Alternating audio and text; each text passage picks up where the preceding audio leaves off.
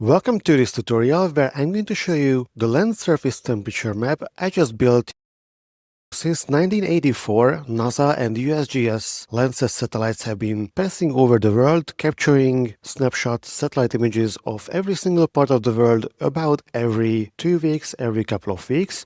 And among the measured and recorded bands, they also scanned the whole globe during the past 40 years in the thermal infrared spectrum, meaning that they were capturing the actual heat the surface of the Earth, every single point at a resolution of 30 meters, was emitting. So important to note that this is indeed surface temperature, so not the air which we usually feel when we walk outside, but the actual temperature we can measure when touching any surface, let it be the pavement, asphalt on the road, or even just a frying pan you leave out on the sun. Also, since this is surface, wherever there is greenery, like up here in the Buda Hills, then surface temperature is going to be much lower because of the tree canopy, while if we zoom into the downtown areas, with most of the area built in, we will see bright yellow spots with surface temperature nearing 50 Celsius by 2026.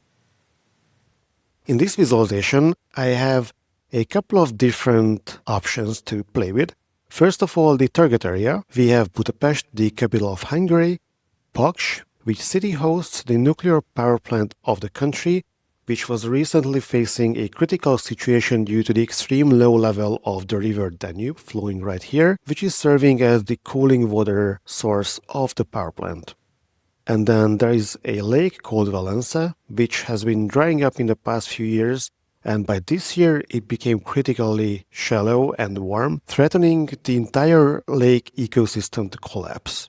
Here we can also have a look on how these trends have changed over the past 40 years by using this simple slider, and you will find a link for the interactive version in the description of this video.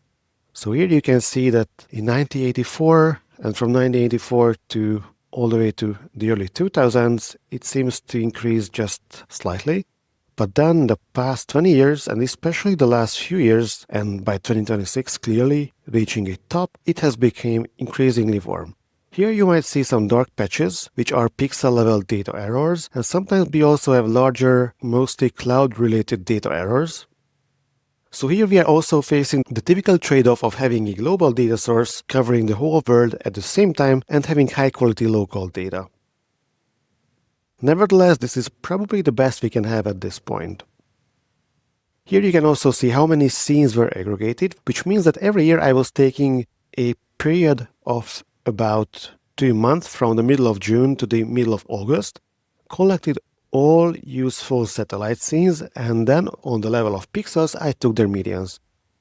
This is a very technical part, but if you would like to learn more about the technical part, then I recommend my satellite data science course. And then here, now we can see the pixel level data coming from the satellites directly with pixels the size of 30 meters. But I also checked how it would look like if we were mapping it to building footprints or even road segments. Probably the roads are the most relevant or interesting ones. Here, for every road segment, we had to live with the fact that the pixel resolution is 30 meters, which is usually larger than the typical road width. That's why there are so many meshed together parts, but still we can see that some road segments are warmer than the others. Here, for example, in the center, everything is boiling hot, everything is concrete and asphalt and pavement. While interestingly, for example, the bridges over the river are significantly and visibly cooler. And of course not surprising because the water bodies here are providing a nice cooling effect, and it's quite reassuring to see that on the map. And the same goes, for example, to this route, passing the Margaret Island covered by trees and parks, which also makes sense that this is going to be much cooler than all these really hot downtown areas. And now let's have a look at the Python part on how I put together the underlying data pipeline. As usual, you will have the source code of this data pipeline on my Substack. Now we properly documented code blocks thanks to our lovely Claude AI agent. So yeah, another part or another use case I love to use Claude for is to document and comment my code, which if you have a look at my earlier tutorials was not exactly my strong suit, but now, especially with Opus 5 and Fable, it's really easy to have a nice code documentation. I won't run the whole code block here or the whole notebook, just let you know how it works. As usual, we start with the tooling, all the libraries, planetary computer and PyStack to query satellite data, raster IO, and GeoPandas to deal with vector and raster data. And then we are choosing the target area.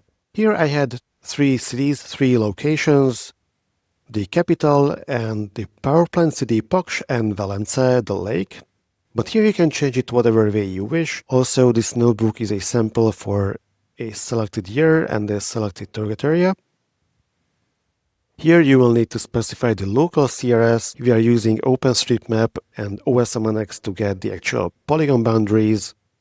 And then we can have a look at the target area, which in this notebook is going to be one example, but after that, we just have to rerun the same thing for other years and other target locations. Here we set up the bounding box, and then we start to look around in the stack catalog to query all the relevant satellite scenes from the given period. And since we are still collecting data, then the actual satellite scene downloading process and a little exploration on that. And then we have a quick look on how one satellite scene looks like with a few data errors around Budapest. Then we will do the processing and pre-processing and cleaning parts, removing clouds and then merging satellite scenes to have the median composites ready, which are going to be the final maps for every single year, which rule out as much of the data errors and noise and cloud and all those artifacts as possible, usually capturing about 5 or 6 scenes per median composite, which will result in decently looking, healthy looking maps like the one here. And of course the ones you have seen on the interactive visualization. And then a bonus part on how this was mapped to buildings and road networks. So that's it.